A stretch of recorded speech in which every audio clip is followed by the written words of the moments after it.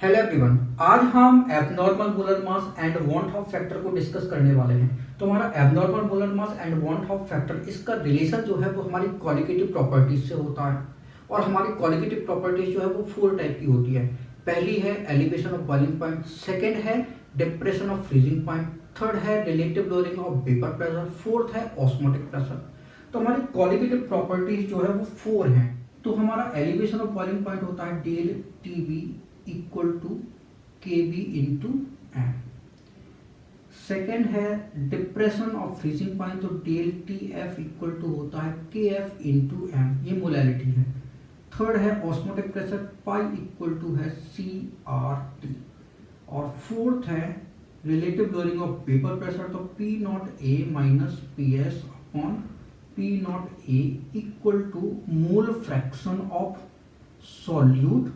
और मोल fraction of solute जो है इसको हम लिख सकते हैं mole of solute upon mole of solution, तो mole of solution N B plus N A होगा।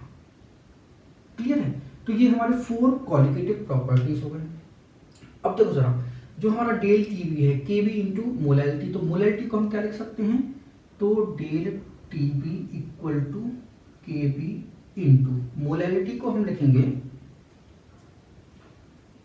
मोल of solute upon weight of solvent in kilogram.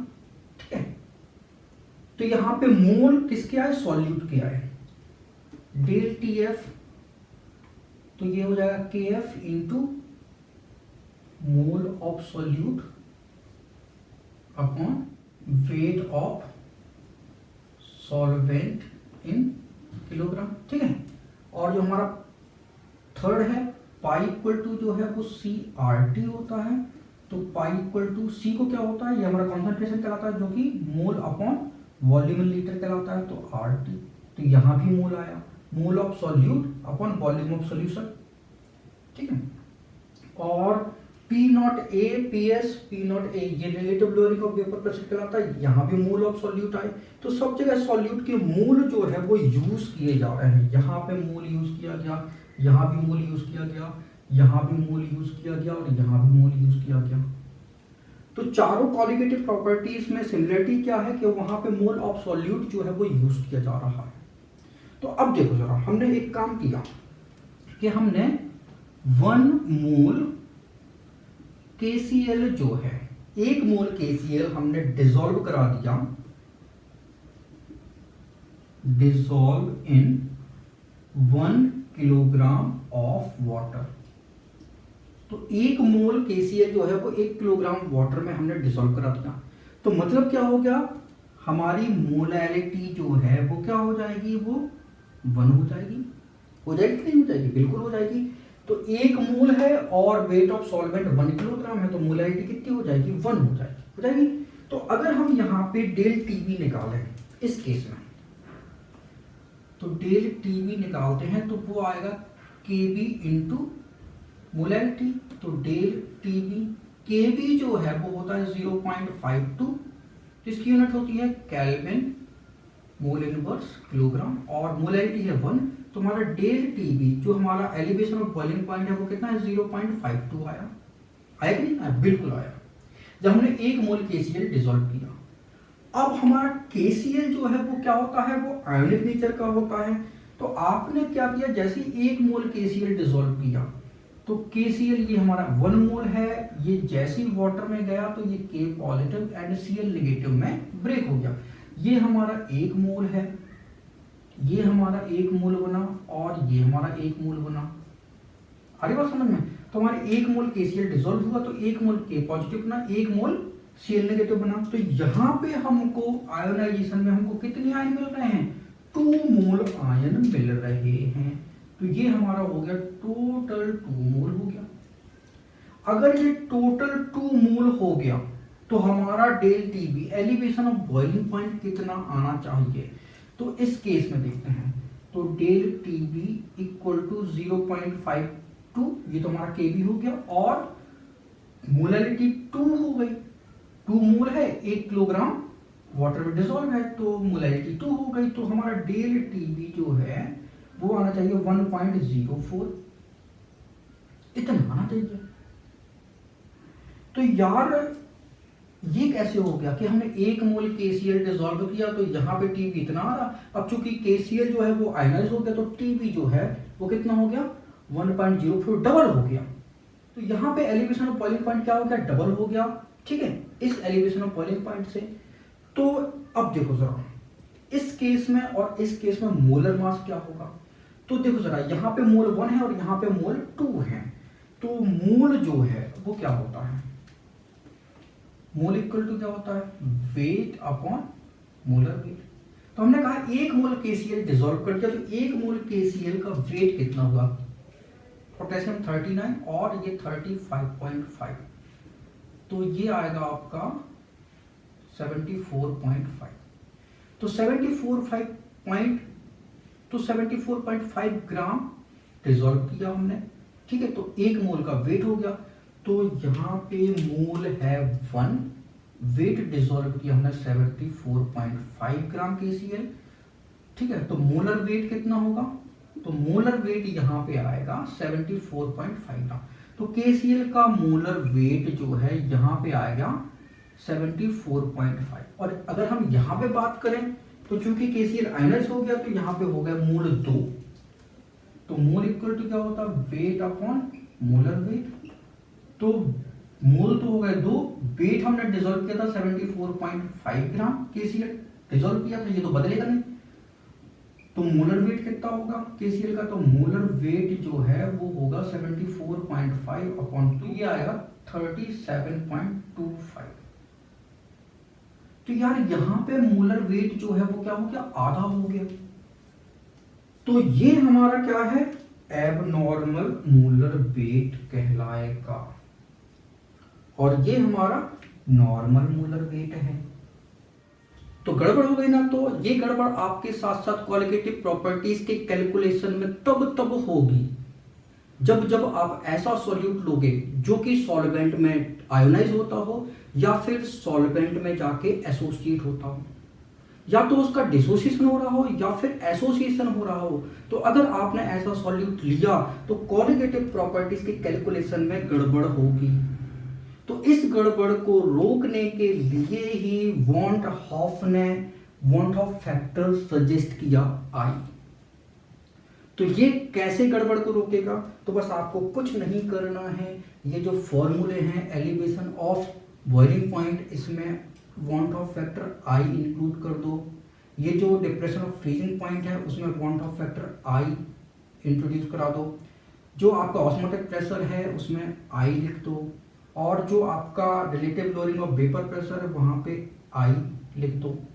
तो अब ये जो हमारा वॉन ऑफ फैक्टर आई है ये क्या होता है, तो देखो जरा ये जो हमारा वॉन ऑफ फैक्टर आई है ये एक रेशियो होता है। तो ये रेशियो होता है normal molar mass upon abnormal molar mass. तो नॉर्मल मोलर मास और एबनॉर्मल मोलर मास का जो रेशियो है ये हमारा वॉन ऑफ फैक्टर आई कहलाता है।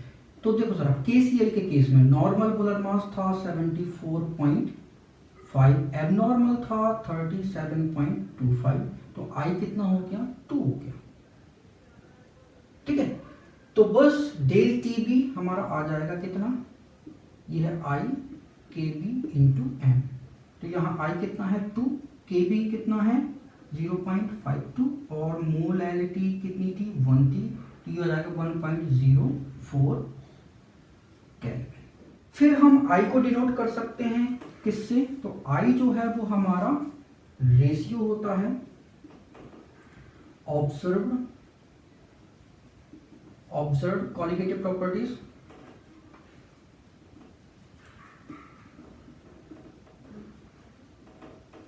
Upon calculated qualitative properties.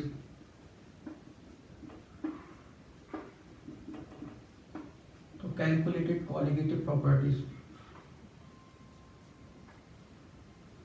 ठीक है। तो आई जो है वो हमारा रेशियो होता है।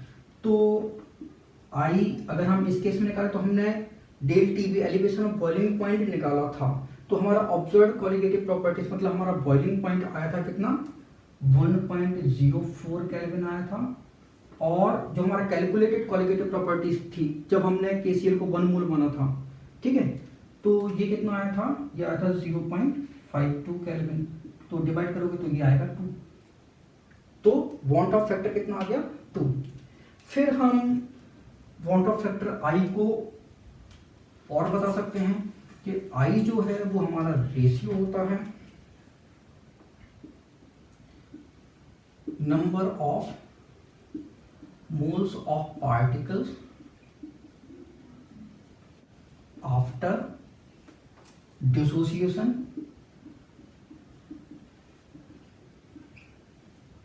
or association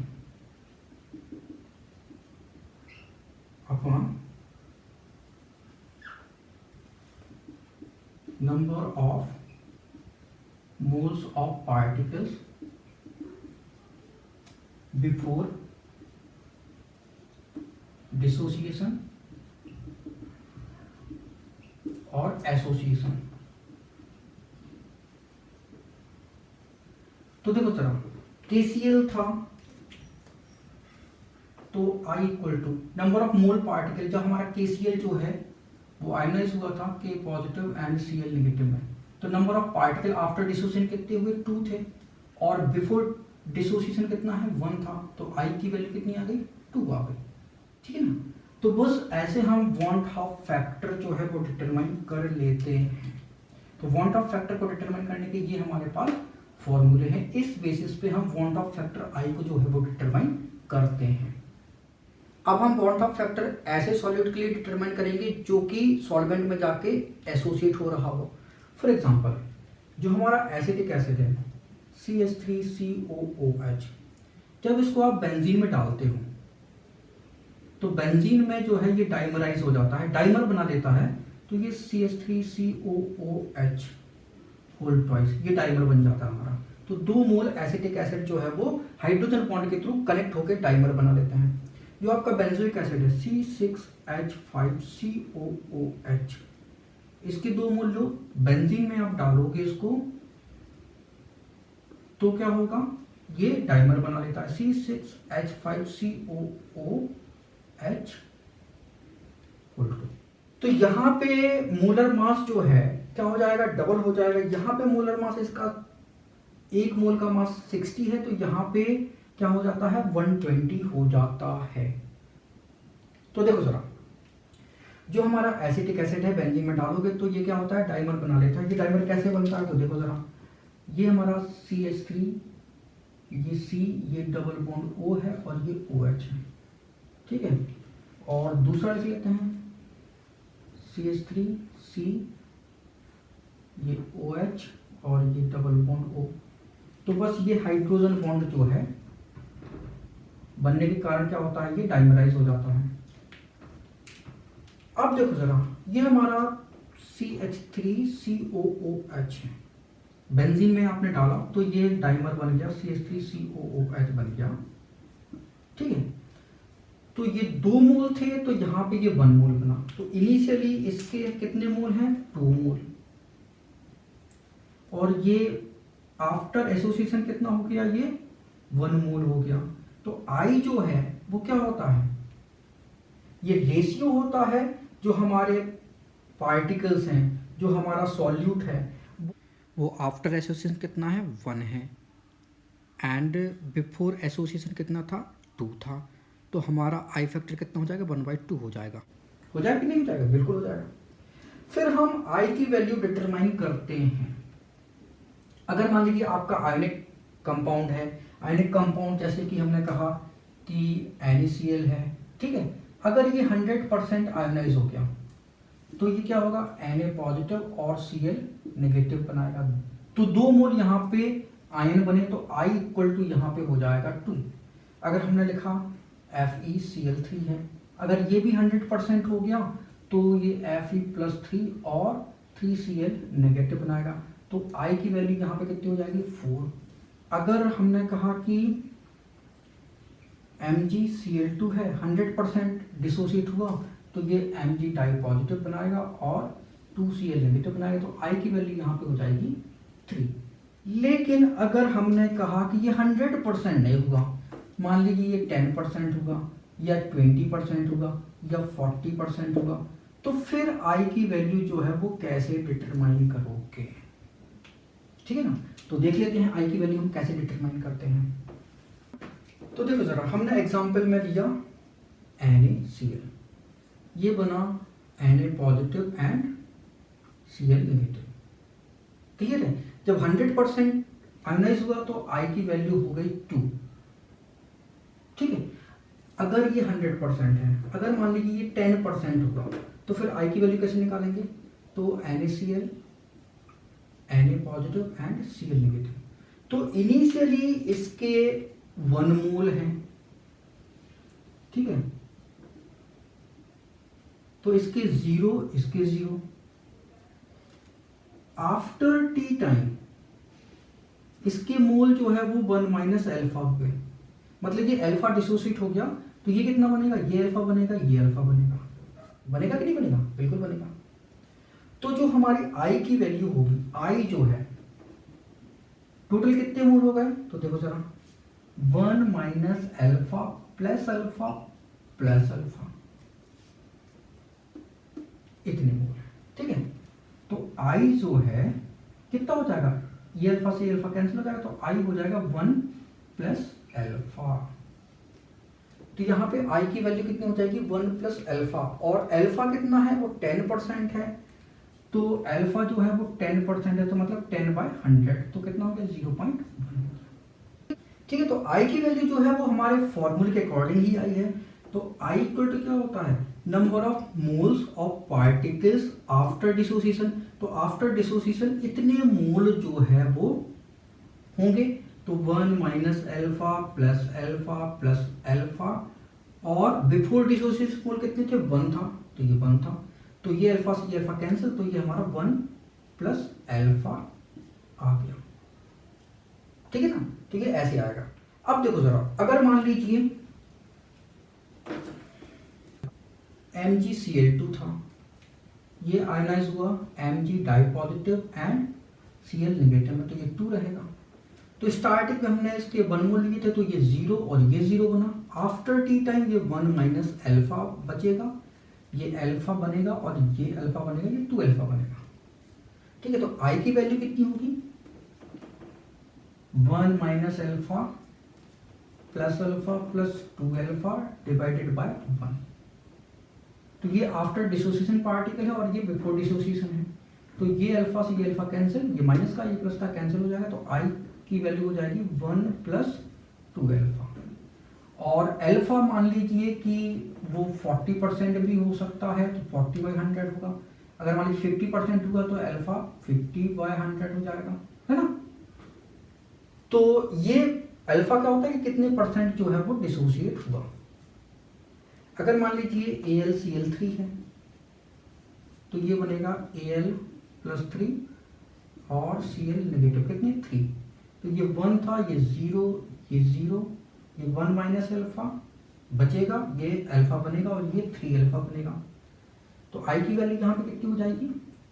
1 minus alpha plus 3 alpha upon 1, ये से ये कैंसिल, तो I इक्वल टू हो जाएगा 1 प्लस 3 अल्फा। ठीक है।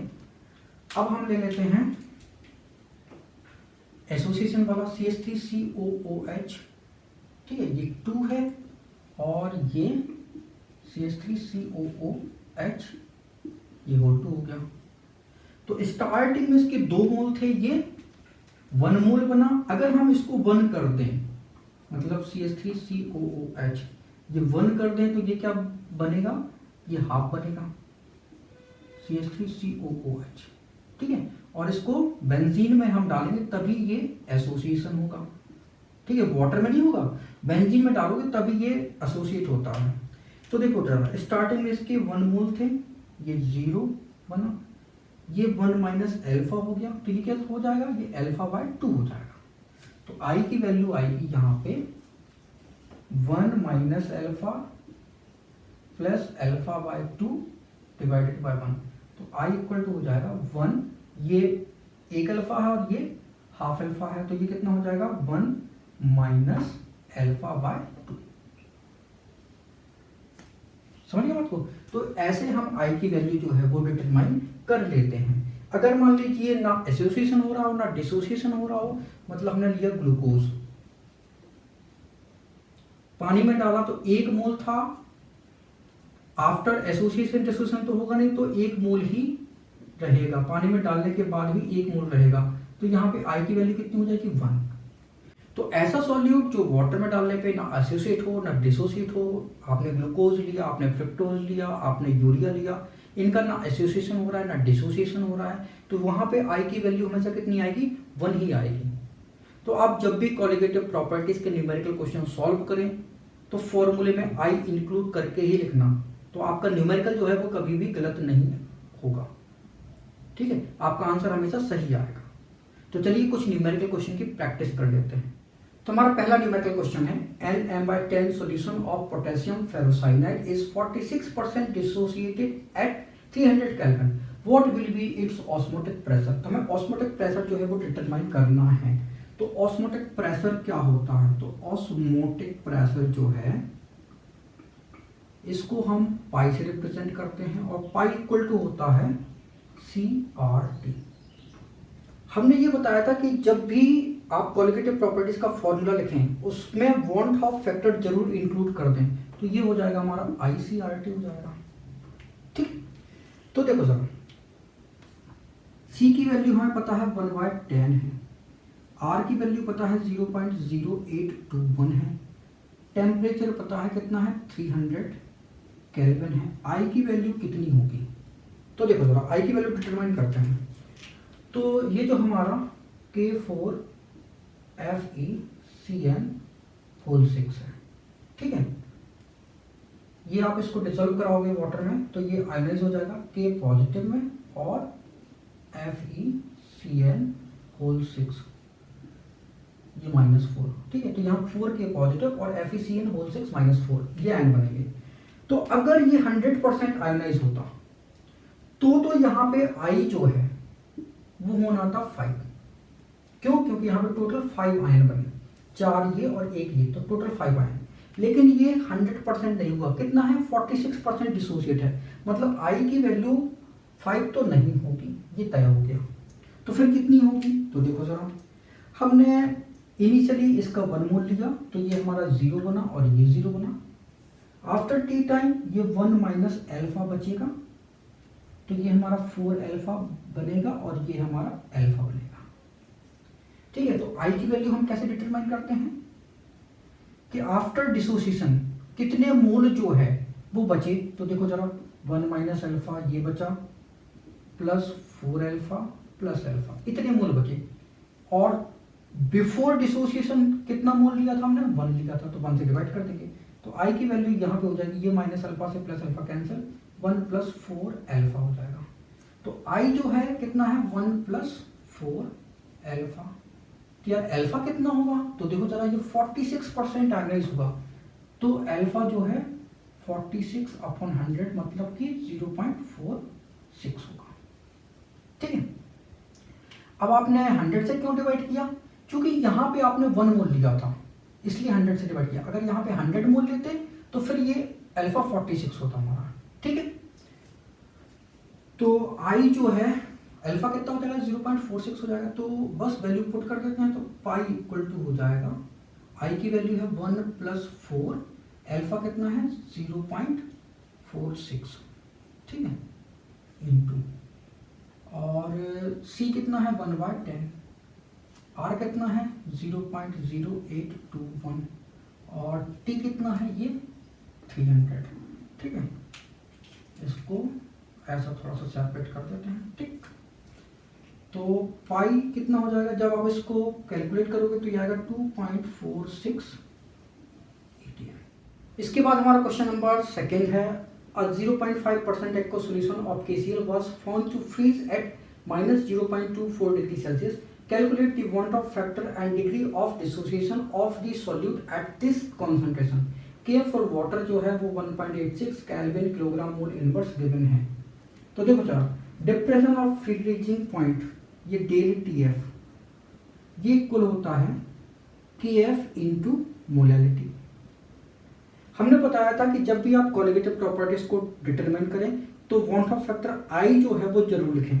तो हमारा फॉर्मूला बन जाएगा del T F equal to I K F into M. ठीक है, तो डेल टी एफ क्या होता है? तो देखो जरा, डेल टी एफ का मतलब होता है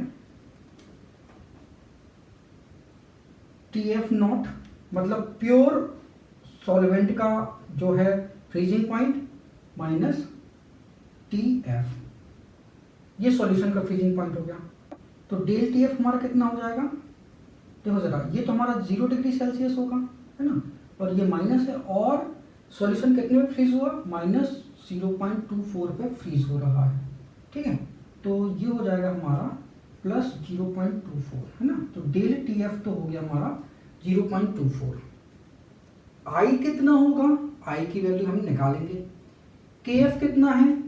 ये दिया है। और मोलैलिटी कितनी है?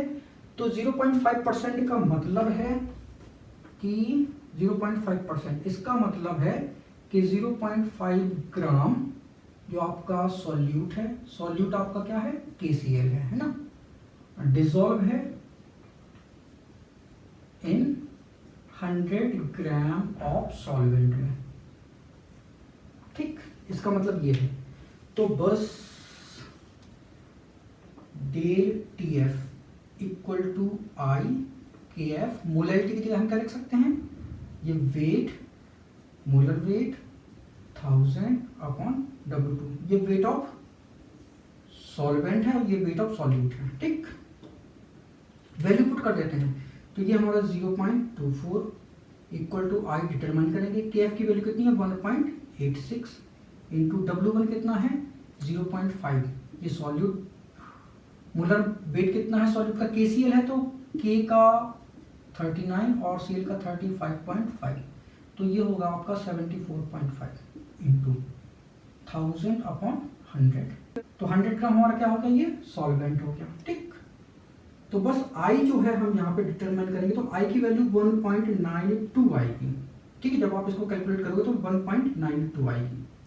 अब हमें क्या डिटरमाइन करना है? Degree of dissociation of the solute, कितना सॉल्यूट डिसोसिएट हो गया, मतलब हमें अल्फा डिटरमाइन करना है। तो हम अल्फा की वैल्यू डिटरमाइन करेंगे। तो देखो जरा, KCl जो है ये K positive and Cl negative में आयनाइज होगा। अगर स्टार्टिंग में हमने 1 लिया तो ये 0 और ये 0 होना। अगर ये अल्फा डिसोसिएट हो गया तो 1 माइनस अल्फा, ये बचेगा, ये अल्फा और ये अल्फा। तो I जो है वो कितना हो जाएगा? ये 1 माइनस अल्फा, ये आफ्टर डिसोसिएशन अमाउंट है, प्लस अल्फा, इतना अमाउंट जो है डिसोसिएट होके बचा है, और ये 1 इनिशियल था। तो I इक्वल टू 1, ये अल्फा से अल्फा कट जाएगा, 1 प्लस अल्फा हो जाएगा। तो I की वैल्यू 1.92 है, ये 1 है प्लस अल्फा, तो अल्फा इक्वल टू कितना हो जाएगा हमारा? 0.92। इसका परसेंटेज में लिखना है तो अल्फा इक्वल टू कितना होगा? 0.92 इंटू 100 करोगे तो ये 92% आएगा। फिर इसके बाद हमारा क्वेश्चन नंबर 3 है, 2 gram of benzoic acid dissolve in 25 gram of benzene shows a depression of freezing point equal to 1.62 Kelvin. Molar depression constant for benzene is 4.9 Kelvin kilogram mole inverse. What is the percentage association of acid if it forms dimer in solution? तो देखो जरा, हमारे पास 2 ग्राम benzoic acid है, ये solute हो गया। 25 ग्राम जो है वो बेंजीन, ये जो हमारा सॉल्वेंट है। ठीक है, तो डिप्रेशन फ्रीजिंग पॉइंट कितना हो गया? 1.62 केल्विन हो गया। मोलर डिप्रेशन कांस्टेंट हमारा 4.9 है बेंजीन के लिए। तो परसेंटेज ऑफ एसोसिएशन जो है वो हमको बताना है, मतलब अल्फा जो है यहाँ पे डिटरमाइन करना है। तो यहाँ पे depression of freezing point given है, तो यही फॉर्मूला लगेगा। तो del T F equal to हो जाएगा हमारे पास के एफ इंटू एम। हमने कहा था कि जब भी आप कोलिगेटिव प्रॉपर्टीज की प्रॉब्लम सॉल्व करें तो आई जो है वो जरूर लिखें। तो आई हो गया। ठीक है, तो del T F equal to I K F into M, value put कर देते हैं। तो डेल टी एफ कितना हो गया? 1.62, तो 1.62 आई डिटरमाइन करना है। ठीक है, आई डिटरमाइन कर लेंगे तो अल्फा हमारा आ जाएगा। के एफ की वैल्यू कितनी है? तो के एफ जो है वो 4.9 दिया है, तो 4.9 इंटू मोलैलिटी। मोलैलिटी क्या होता है? Weight of solute, molar weight of solute 1000 upon weight of solvent. तो W1 कितना है? 2 ग्राम इंटू 1000 करोगे, है ना। मोलर वेट कितना है बेंजोइक एसिड का? तो C6H5COOH, ये बेंजोइक एसिड होता है। तो 12 into 6 plus 1 into 5 plus carbon 12 plus oxygen 16 into 2 कर दो, 2 ऑक्सीजन है प्लस 1 कर दो, तो ये आएगा 122, है ना। तो 122 इंटू W2 कितना है? 25 ग्राम, वो दिया है। तो I जो है जब आप इसको सॉल्व करोगे तो ये आएगा 0.504। हमें अल्फा की वैल्यू जो है वो निकालनी है, I निकाल दिया। तो देखो जरा, जो हमारे पास C6H5COOH बेंजोइक एसिड है, आप इसको बेंजीन में डालोगे, बेंजीन में डिसॉल्व कराओगे तो ये क्या होगा? डाइमराइज हो जाएगा, मतलब C6H5COOH ये डाइमर बन गया, ठीक है। तो ये 2 मोल होंगे। तो अगर इसका 1 मोल होता तो ये हाफ मोल बनता, ठीक है। तो इसको हम 1 मोल कर लेते हैं। तो C6H5COOH बेंजीन में डाला तो ये C6H5COOH ये क्या हो गया? हाफ हो गया, जब हमने इसको 1 मोल करा। तो देखो जरा, स्टार्टिंग में ये हमारा 1 मोल था, एसोसिएशन पे ये हमारा डाइमर बना, हाफ मोल बना, ठीक है। तो ये 0 था स्टार्टिंग में। फिर 1 माइनस अल्फा जो है, ये हमारा अल्फा जो है वो हमारा क्या हो गया? एसोसिएट हो गया। तो 1 माइनस अल्फा ये बचेगा और ये हो जाएगा अल्फा बाई 2, ये बनेगा, ठीक है। इतना डाइमर हमारा बनेगा और इतना हमारा बेंजोइक एसिड बचेगा। तो I की वैल्यू क्या होती है? तो आफ्टर एसोसिएशन इतने पार्टिकल्स जो है वो हमारे पास बच गए। तो 1 minus alpha plus alpha by 2, और स्टार्टिंग में लिया कितना था? 1। तो इतने हमारे बने और इतना हमने लिया था स्टार्टिंग में। तो ये हो जाएगा हमारा 1 माइनस अल्फा बाई 2। ये 1 अल्फा है नेगेटिव का, ये अल्फा बाई 2 पॉजिटिव के हैं, तो ये घट जाएंगे, तो ये अल्फा बाई 2 माइनस का बचेगा। तो I की वैल्यू 1 माइनस अल्फा बाई 2 हुई, है ना। तो I तो इतना है, तो I इक्वल टू कितना है? 1 माइनस अल्फा बाई 2। ये एसोसिएशन है बेंजोइक एसिड के लिए। तो I इक्वल टू है 1 माइनस अल्फा बाई 2, ये फॉर्मूला है, ठीक है। इसके लिए कितना है? 0.504 equal to 1 minus alpha by 2। तो यही अल्फा हमें निकालना है, ठीक है। तो अल्फा बाई 2 इधर ले आओ, तो अल्फा बाई 2 आ गया, तो ये 1 माइनस ये 504 पॉइंट, ठीक है। तो 0.504 हो गया। तो अल्फा इक्वल टू कितना हो जाएगा? 1 माइनस 0.504 इंटू 2। तो अल्फा इक्वल टू हो गया 0.992। परसेंटेज में चाहिए तो अल्फा कितना हो जाएगा? 99.2%। 100 से मल्टीप्लाई करोगे तो 99.2% आ जाएगा। तो ये हमारा अल्फा हो गया। Thank you so much for watching this video. अगर वीडियो अच्छा लगा तो इसको लाइक कर, इसको शेयर करें। अगर आपने हमारे चैनल को अभी तक सब्सक्राइब नहीं किया तो इसको सब्सक्राइब करें। Thank you once again for watching this video.